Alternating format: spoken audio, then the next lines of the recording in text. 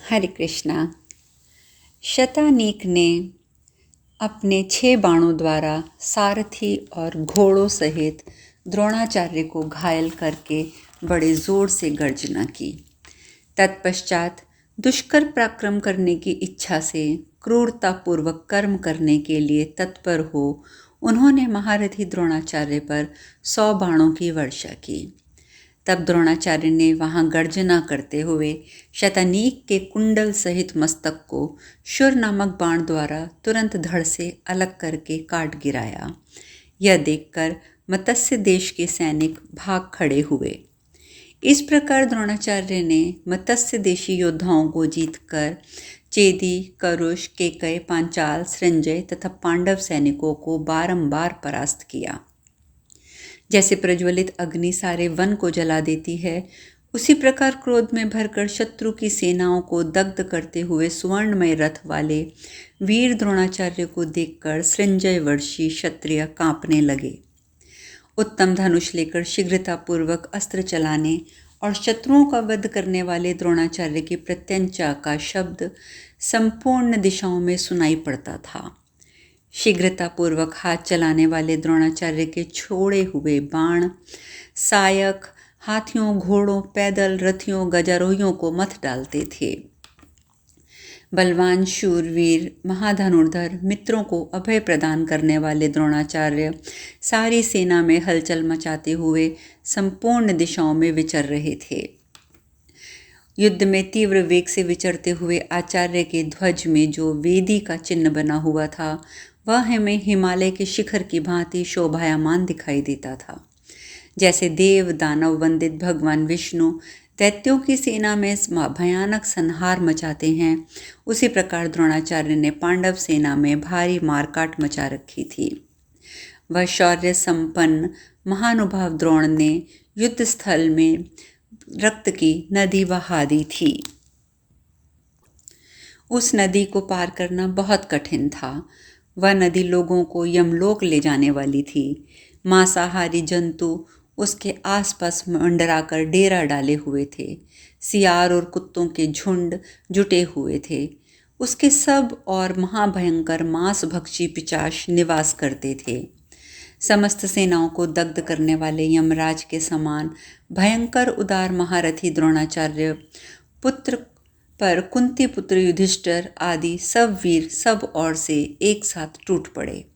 उन सभी शूरवीरों ने एक साथ आकर द्रोणाचार्य को सब ओर से उसी प्रकार घेर लिया जैसे जगत को तपाने वाले भगवान सूर्य अपनी किरणों से घिरे रहते हैं। उस समय शिखंडी ने झुकी हुई गांठ वाले 5 बाणों द्वारा द्रोणाचार्य को बींद डाला। तत्पश्चात शतवर्मा ने 20, वसुदान ने 5, उत्तम ओजा ने 3, शत्रदेव ने 7, सात्विकी ने 100, युधामन्यु ने 8 और युधिष्ठिर ने 12 बाणों द्वारा युद्ध स्थल में द्रोणाचार्य को घायल कर दिया। धृष्टद्युम्न ने 10 और चिकितान ने उन्हें 3 बाण मार दिए। तदंतर सत्यप्रज्ञ द्रोण के मद की धारा बहाने वाले गज की भांति रथ सेना को लांघकर दृढ़सेन को उन्होंने मार गिराया। फिर नरभय से प्रहार करते हुए राजा क्षेम के पास पहुंचकर उन्हें भी 9 बाणों से बीत दिया। फिर वे शत्रु सेना के भीतर घुसकर संपूर्ण दिशाओं में विचरने लगे। तथापि वे ही दूसरों के रक्षक थे, स्वयं किसी प्रकार किसी के लिए रक्षणीय नहीं थे। उन्होंने शिखंडी को 12, उत्तम औजा को 20 बाणों से घायल करके वसुदान को एक भल्ल से मारकर यमलोक भेज दिया। तत्पश्चात शत्रवर्मा को 80, सुदक्षिण को 26 बाणों से आहत करके शत्रदेव को भल्ल से घायल करके रथ के नीचे गिरा दिया।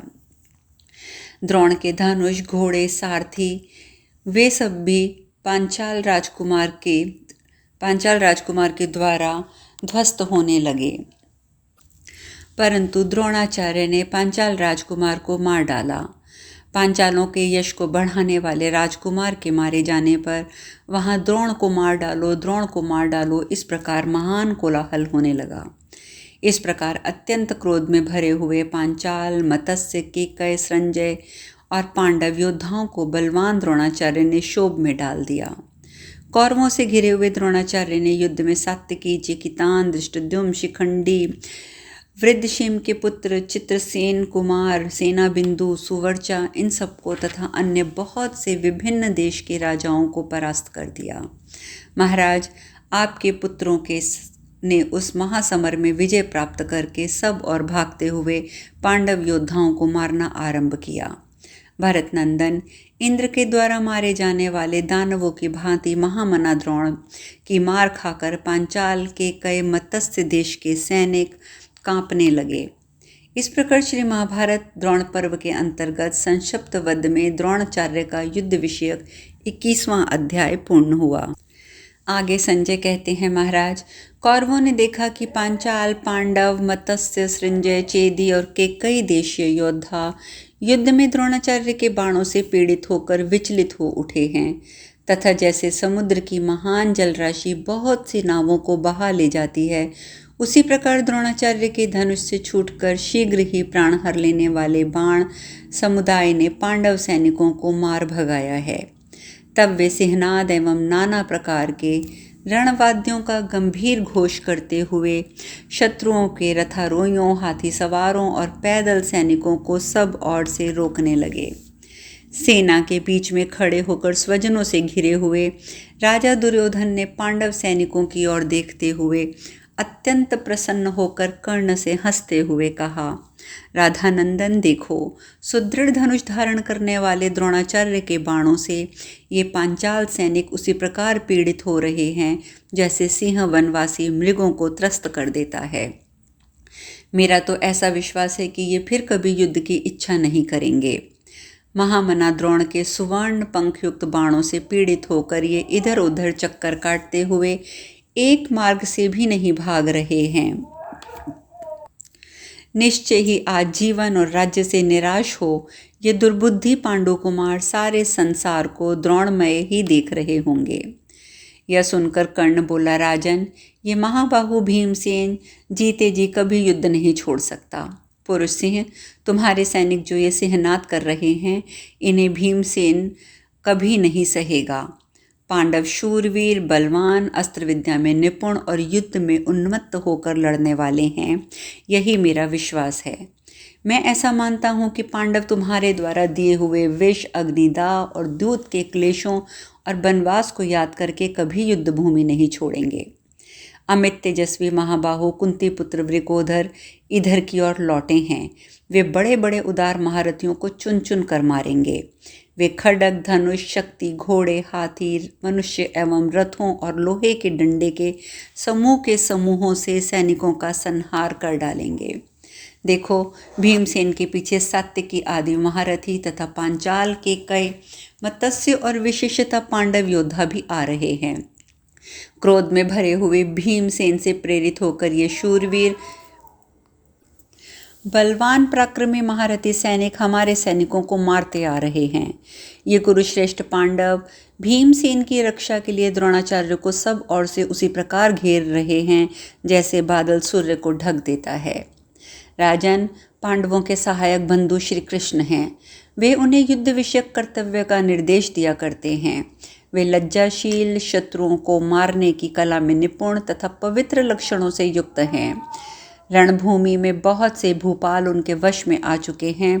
अतः भगवान नारायण जिनके अगुआ हैं, उन पांडवों की तुम अवहेलना ना करो। ये सब एक रास्ते पर चल रहे हैं।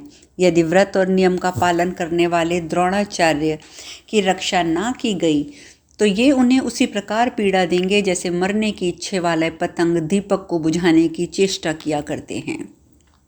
इसमें संदेह नहीं है कि ये पांडव योद्धा अस्त्र शस्त्र विद्या में निपुण तथा द्रोणाचार्य की गति को रोकने में समर्थ हैं। मुझे ऐसा जान पड़ता है कि इस समय भरद्वाज नंदन द्रोणाचार्य पर बहुत भार आ पहुंचा है। अतः हम लोग शीघ्र वहीं चलें जहां द्रोणाचार्य खड़े हैं। ऐसा ना हो कि कुछ भेड़िए जैसे पांडव सैनिक महान गजराज जैसे वृद्धधारी द्रोणाचार्य का वध कर डालें। संजय कहते हैं, राधानंदन कर्ण की बात सुनकर राजा दुर्योधन अपने भाइयों के साथ द्रोणाचार्य के रथ की ओर चल दिया। वहां अनेक प्रकार के रंग वाले उत्तम घोड़ों से जुते हुए रथों द्वारा एकमात्र द्रोणाचार्य को मार डालने की इच्छा से लौटे हुए पांडव सैनिकों का महान कोलाहल प्रकट हो रहा था। इस प्रकार श्री महाभारत में द्रोण पर्व के अंतर्गत संक्षिप्त वध पर्व में द्रोणाचार्य का युद्ध विषयक 22वां अध्याय पूर्ण हुआ। धृतराष्ट्र ने पूछा, संजय, क्रोध में भरे हुए भीमसेन आदि ने जो योद्धा द्रोणाचार्य पर चढ़ाई कर रहे थे, उन सबके रथों, ध्वज के घोड़ों, ध्वजा आदि का क्या चिन्ह था, ये मुझे बताओ। संजय ने कहा, राजन, रीछ के समान रंग वाले घोड़ों से जुते हुए रथ पर बैठकर भीमसेन को आते देख चांदी के समान श्वेत घोड़ों वाले शूरवीर सात्विकी भी लौट पड़े। सारंग के समान सफ़ेद, नीले, लाल रंग के घोड़ों से युक्त युधामन्यु स्वयं ही अपने घोड़ों को शीघ्रपूर्वक हाँकता हुआ द्रोणाचार्य की रथ की ओर लौट पड़ा। वह दुर्जय वीर क्रोध में भरा हुआ था। पांचाल राजकुमार दृष्टिद्युम्न कबूतर के समान सफ़ेद और नीले रंग वाले सुवर्णभूषित एवं अत्यंत वेगशाली घोड़ों के द्वारा लौट आया। नियम पूर्वक व्रत का पालन करने वाले शतधर्मा अपने पिता दृष्टिद्युम्न की रक्षा और उनके अभीष्ट मनोरथ की उत्तम सिद्धि चाहता हुआ लाल रंग के घोड़ों से युक्त रथ पर आरूढ़ होकर लौट आया। शिखंडी का पुत्र शत्रदेव कमल पत्र के समान रंग तथा निर्मल नेत्रों वाले सजे सजाए घोड़ों को स्वयं ही शीघ्रतापूर्वक हाँकता हुआ वहां आ गया। तोते के पंखों के समान रोम वाले दर्शनीय कंबोज देशीय घोड़े नकुल को वहन करते हुए बड़ी शीघ्रता के साथ आपके सैनिकों की ओर दौड़े। भरत नंदन दुर्घष युद्ध का संकल्प लेकर क्रोध में भरे हुए उत्तमौजा को मेघ के समान श्याम वर्ण घोड़े युद्ध स्थल की ओर ले जा रहे थे। इस प्रकार अस्त्र शस्त्रों से संपन्न सहदेव को तीतर के समान चितगबरे रंग वाले और वायु के समान वेगशाली घोड़े उस भयंकर युद्ध में ले गए। हाथी के दांत के समान सफ़ेद रंग, काली पूंछ तथा वायु के समान तीव्र एवं भयंकर वेग वाले घोड़े नरश्रेष्ठ राजा युधिष्ठिर को रण क्षेत्र में ले गए। राजा युधिष्ठिर के पीछे पांचाल राज द्रुपद चल रहे थे। उनका छत्र सोने का था। वे ललाम और हरी संज्ञा वाले घोड़ों से, जो सब प्रकार के शब्दों को सुनकर उन्हें सहन करने में समर्थ थे, सुशोभित हो रहे थे। द्रुपद के पीछे संपूर्ण महारथियों के साथ राजा विराट चल रहे थे। केकय राजकुमार, शिखंडी तथा दृष्टकेतु ये सब अपनी अपनी सेनाओं से घिरकर मत्स्य राज विराट के पीछे चल रहे थे। शत्रुसूदन मत्स्य राज विराट के रथ को जो वहन करते हुए शोभा पा रहे थे, वे उत्तम घोड़े पाडर के फूलों के समान लाल और सफ़ेद रंग वाले थे। हल्दी के समान पीले रंग वाले और स्वर्णमय माला धारण करने वाले वेगशाली घोड़े विराट राज के पुत्र को शीघ्रतापूर्वक रणभूमि की ओर ले जा रहे थे। 5 भाई के कई राजकुमार इंद्रगोप वीर बहुटी के समान रंग वाले घोड़ों द्वारा रणभूमि में लौट रहे थे। उन 5 भाइयों की कांति स्वर्ण के समान थी और वे सब के सब लाल रंग की ध्वजा पताका को धारण किए हुए थे। स्वर्ण की मालाओं से विभूषित वे सभी युद्ध विशारद शूरवीर मेघों के समान बाण वर्षा करते हुए कवच आदि से सुसज्जित दिखाई देते थे। अमित तेजस्वी पांचाल राजकुमार शिखंडी को तुमरू के दिए हुए मिट्टी के कच्चे बर्तन के समान रंग वाले दिव्य अश्व वहन करते थे। पांचालों के जो 12,000 महारथी युद्ध लड़ रहे थे, उनमें से 6,000 इस समय शिखंडी के पीछे चल रहे थे। आर्य पुरुष सिंह शिशुपाल के पुत्र के सारंग के समान चितकबरे अश्व खेल करते हुए वहन कर रहे थे। चेदी देश का श्रेष्ठ राजा अत्यंत बलवान दुर्जय वीर दृष्टकेतु कंबोजिय देशीय चितकबरे घोड़ों के द्वारा युद्धभूमि की ओर लौट रहा था। केकय देश के सुकुमार राजकुमार बृहस्पत्र को पुआल के धुएं के समान उज्ज्वल नील वर्ण वाले सिंधु देशीय अच्छी जाति के घोड़े शीघ्रतापूर्वक रणभूमि में ले आए। शिखंडी के शूरवीर पुत्र ऋषभदेव को पद्म के समान वर्ण और निर्मल नेत्र वाले वाहिक देश के सजे हुए घोड़े रणभूमि में ले आए। सोने के आभूषणों और कवचों से सुशोभित रेशम के समान श्वेत पीत रोम वाले सहनशील घोड़ों के ने शत्रु दमन करने वाले सेना बिंदु को युद्धभूमि में पहुंचाया। क्रौंच वर्णक उत्तम घोड़ों ने काशीराज को भूमि में पहुंचाया। राजन मन के समान वेगशाली और काली गर्दन वाले श्वेत वर्ण के घोड़े राजकुमार प्रतिविंध्य को रण में ले आए।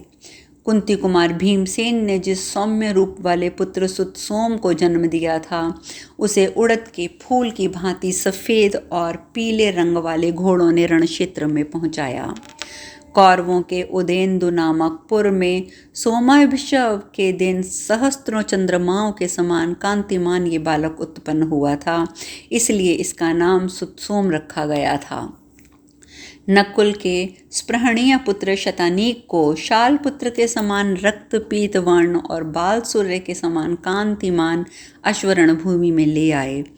मोर की गर्दन के समान नीले रंग वाले घोड़ों ने सुनहरी रस्सियों से आबद्ध हो द्रौपदी पुत्र सहदेव कुमार पुरुष सिंह श्रुतकर्मा को युद्ध भूमि में पहुंचाया। इसी प्रकार अर्जुन की समानता करने वाले शस्त्र ज्ञान के भंडार द्रौपदी नंदन अर्जुन कुमार श्रुतकीर्ति को नीलकंठ की पांख के समान रंग वाले उत्तम घोड़े ले रणक्षेत्र में ले आए।